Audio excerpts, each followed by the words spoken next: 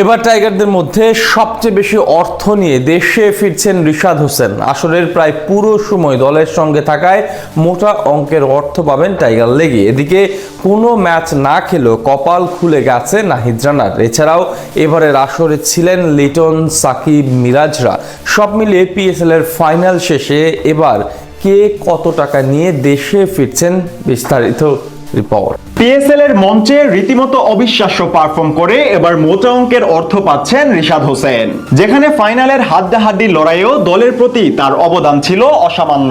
তাছাড়া আসরের শুরুর দিকে কুয়েটার বিপক্ষে এই রিশাদের দুর্বোধ্য স্পিনেই প্রথম জয়ের দেখা পেয়েছিল শাহিনশার দল। ফাইনালেও ফ্রাঞ্চাইজি ক্রিকেটের ইতিহাসে সর্বোচ্চ রানের রেকর্ড তাড়া করে তাদের হারিয়েই শিরোপা জিতেছে রিশাদরা। তাই আসর শেষে শিরোপা জয়ীর তকমার পাশাপাশি টাইগারদের মধ্যে সবচেয়ে বেশি অঙ্কের অর্থ পাবেন তিনি। এছাড়া এবারের পিএসএল এ প্রথমেই দল পেয়েছিলেন লিটন, নাহিদরা।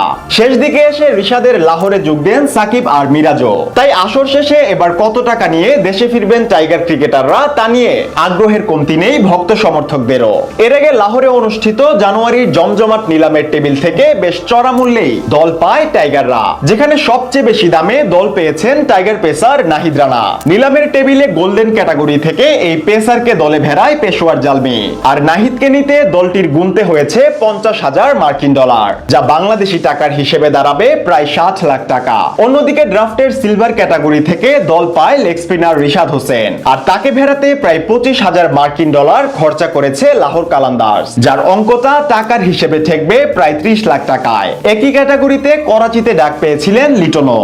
এখন প্রশ্ন হলো, এই টাকার পুরোটাই কি পাবেন টাইগার ক্রিকেটাররা, নাকি কিছুটা কম বেশি হওয়ার সম্ভাবনা আছে? তাহলে চলুন প্রথমে রিশাদকে দিয়েই শুরু করা যাক। এবারের আসরে ফাইনাল পর্যন্ত লাহোর খেলেছে মোট 13 ম্যাচ, যার মধ্যে আমিরাত সিরিজের সুবাদে 2 ম্যাচে উপস্থিত ছিলেন না রিশাদ। তাই 11 ম্যাচের জন্য প্রায় 25,39,000 টাকা পাবেন তিনি, অর্থাৎ ম্যাচ প্রতি মিলবে 2,30,769 টাকা। এছাড়াও আইফোন সহ ব্যক্তিগত পুরস্কারও আছে রিশাদের দখলে। এদিকে সবচেয়ে বেশি মূল্যে দল পেলেও টাকার অঙ্কে রিশাদের পরেই থাকছে নাহিদ রানা। গ্রুপ পর্বে মোট 10টি ম্যাচ খেলেছে তার পেশোয়ার জালমি, তবে জিম্বাবুয়ে সিরিজের জন্য প্রথম 5 ম্যাচে ছিলেন না তিনি। এরপর 3 ম্যাচ উপস্থিত থাকলেও ম্যাচ খেলা হয়নি তার। তাছাড়া শেষ 2 ম্যাচেও ছিল না তার উপস্থিতি। তাই 3 ম্যাচের সমপরিমাণ অর্থ জুটবে তার কপালে। সেক্ষেত্রে ম্যাচ প্রতি 6 লাখ করে 3 ম্যাচের জন্য 18 লাখ টাকা ঢুকবে তার পকেটে।